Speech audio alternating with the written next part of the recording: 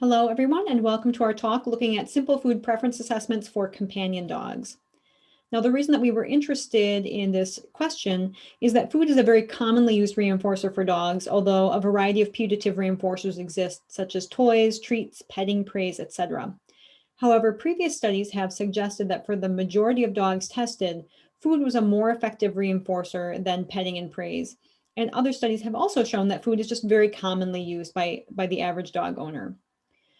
What's important to understand, though, is that there are food preferences across different species as well as across different individuals within a species.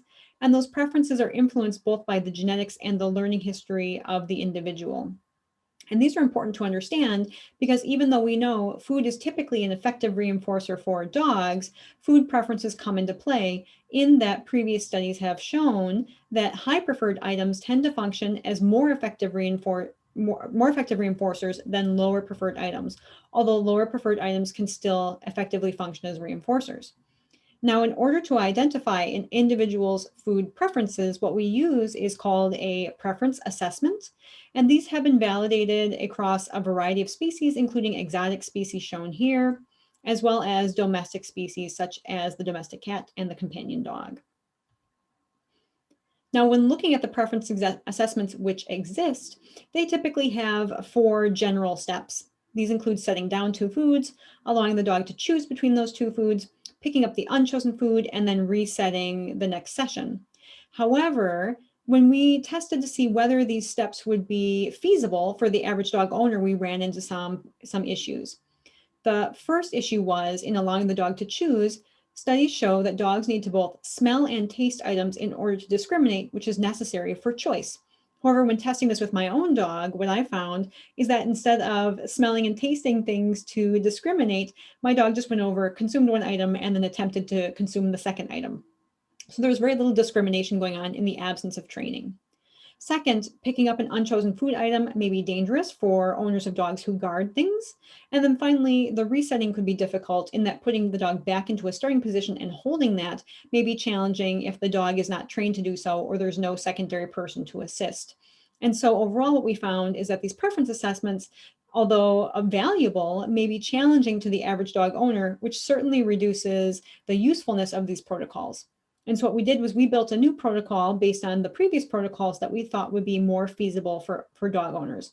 And this involved having the owner hold 2 foods, 1 in each hand, allowing the dog to sniff and lick each food item twice per session for at least 1 second per food item, then allowing the dog to choose as the owner lowered and opened both hands, and then raising up the owner's hands for the unchosen food item and resetting. So let me show you what this looks like. Here, the owner is providing 1 food item to sniff and lick, the second food item. The first food item is presented a second time. The second food item is presented a second time. And then both items are lowered, hands are opened, and the dog is allowed to choose, and the unchosen item is lifted back up. And we set this up into 2 different phases. The first was a discrimination training phase to assist the dog with discriminating the contingencies of the protocol.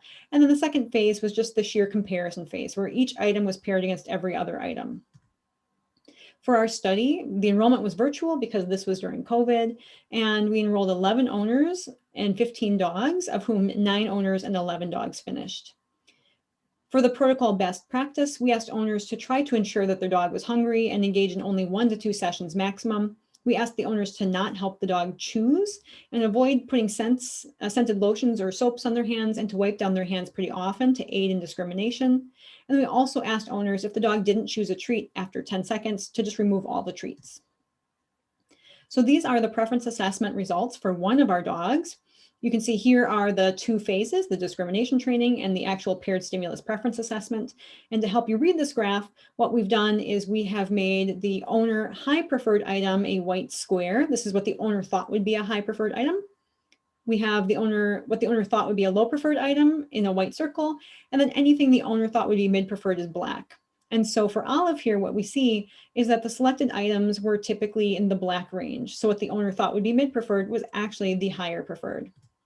Similarly, for Mr. G, we see high selections for the black markers here, indicating again that the putatively mid-preferred items were actually higher preferred.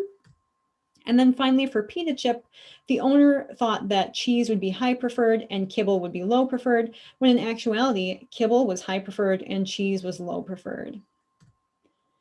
And so given these interesting results, we wanted to validate the data with a progressive ratio schedule protocol. And for this, we asked owners to take what was the high or the low preferred item based on the preference assessment.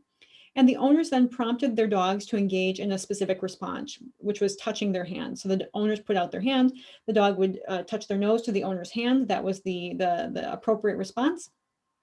And if the dog engaged in the appropriate number of responses to meet the current criterion, then they were given whatever item the owner was working with, the high or the low preferred.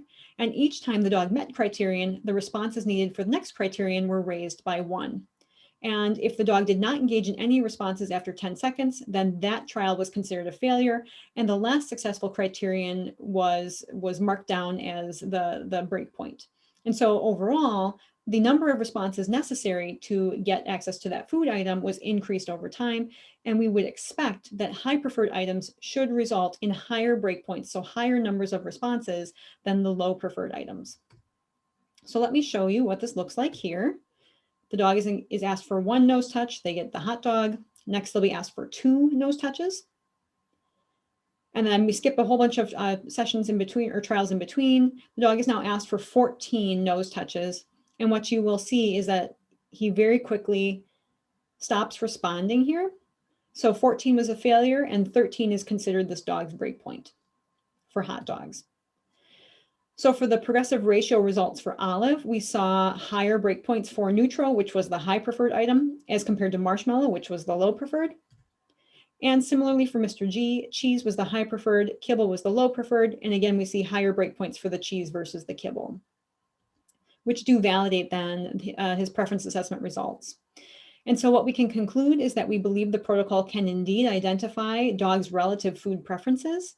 And interestingly, also found that 8 of the 10 dogs' results for the preference assessment did not match their owners' predictions, suggesting that the preference assessment may be more accurate at identifying the relative preferences, although owners can certainly still identify items that are potentially preferred by their dogs.